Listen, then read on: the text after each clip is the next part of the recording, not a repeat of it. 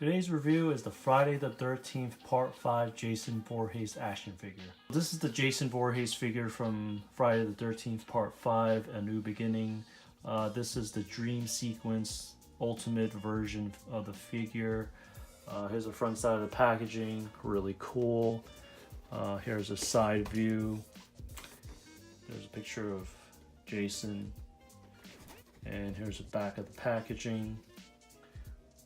Some pictures of the figure, and opening up the flap because this is a Neca Ultimate figure, which is packaged in this really cool display format. So what we see here on the left is a photo of the figure in some nice diorama setup from Neca, and the actual display window of the figure. We can see there's 3 or actually 4 interchangeable heads, an axe, a interchangeable hand, a machete, and a ice pick. So here's Jason figure out of the packaging, and you get a plethora of accessories and interchangeable parts. First thing I want to go over is the stone. This looks freaking awesome. The writing of Jason Voorhees, the sculpt and painting of the wood. It really looks real, really nice texturing. And the mud, you know, it's a nice touch to it. So pieces like these help the collectors expand their diorama setups and displays. Let's take a look at the mask. Oh, by the way, none of the interchangeable heads have removable masks, so they're all sculpted or glued onto the actual head. I'm not sure if the head is actually sculpted in there, but my guess is that it's not. So this is like one version of the head. Eyes are completely black, and the mask has some muddy application to it. Nice little paintwork and disgusting looking scalp. The ears, really nice sculpt. Here's the next head, and this is like the mask or the head with the severed cut on the top. Oh man, that's just gruesome. Blood's dripping down. Again, I mean, it's the same head sculpt, just blood all over. Blood paint application all over the head. And the third one, which is the mask that's worn during the dream sequence. Really cool. I mean, it's really a basic mask. Red eyes, and that's pretty much it. Same head sculpt. And the one that's on the figure, I'll bring a close-up of the sculpt. And here's a close-up of the mask with worms coming out of the eyes. This is probably when he's shown from the beginning of the movie, where he just comes out of the ground. So the mask is very similar to the first one I've shown, except it has worms coming out of it, and the worms are sculpted on. That's pretty cool. Nice paint too. Put that to the side. Let's stand Jason. So the weapons that he comes with. So you get his famous machete. It's not bloody, but it is, you know, it's nicely painted silver. Wasn't used yet, huh? Here's the axe, really bloody on the top by the blade.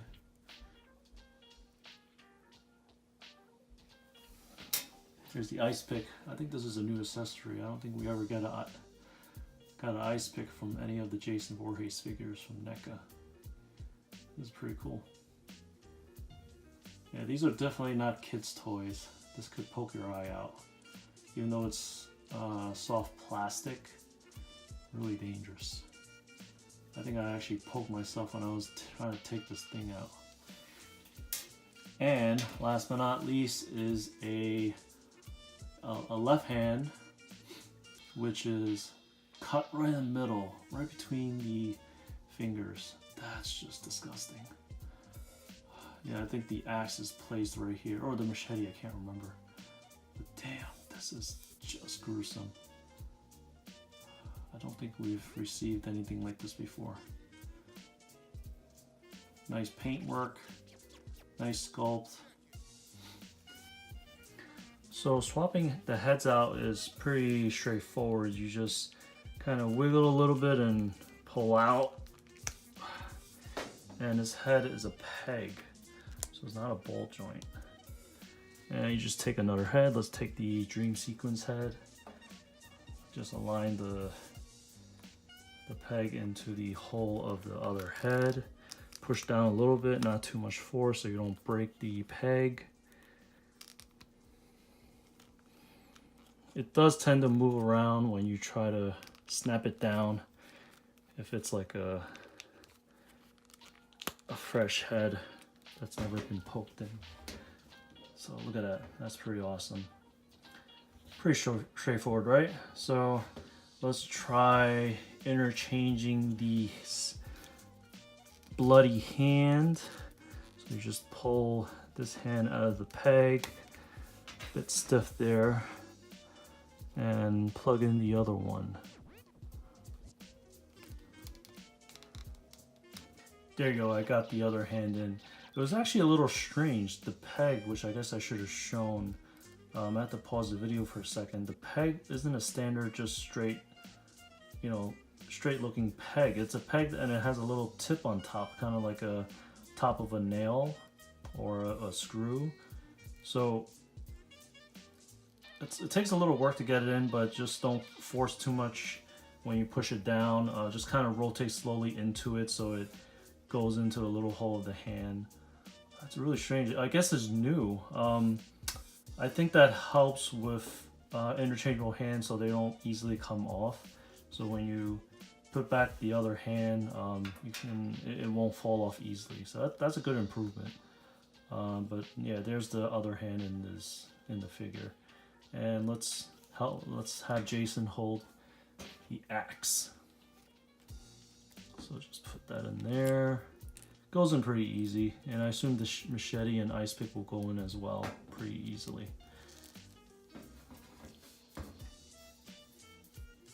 Looks good. Definitely would like to display this. I've noticed this figure actually has some weight to it.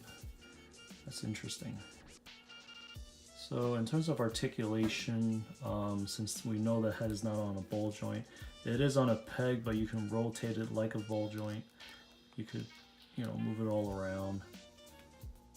And the shoulder is a ball joint. You can swing all around, extend it out. It does hinder a little bit from the back of the shoulder here. The elbows are single jointed and it goes this far. It would be nice to actually see some double jointed elbows of the Jason figures. And at the hand is a peg. You rotate it around, it doesn't come off. Moves pretty well. And you can hold the axe, the machete, or the ice pick. At the waist, there's no crunch, but there's no ab crunch, but at the waist there is some movement to it. Allows you to pivot by a little bit if you want to show them to the side. And at the upper legs is a ball joint. You can go this far out and forward and back. At the knees, single jointed, goes this back. And you can rotate, by the way. Just like the elbows, you can rotate the arm. Forgot to mention that.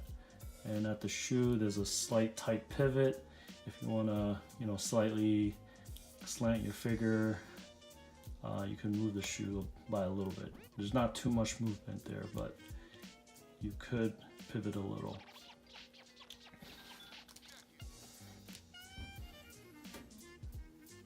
So in terms of paint application,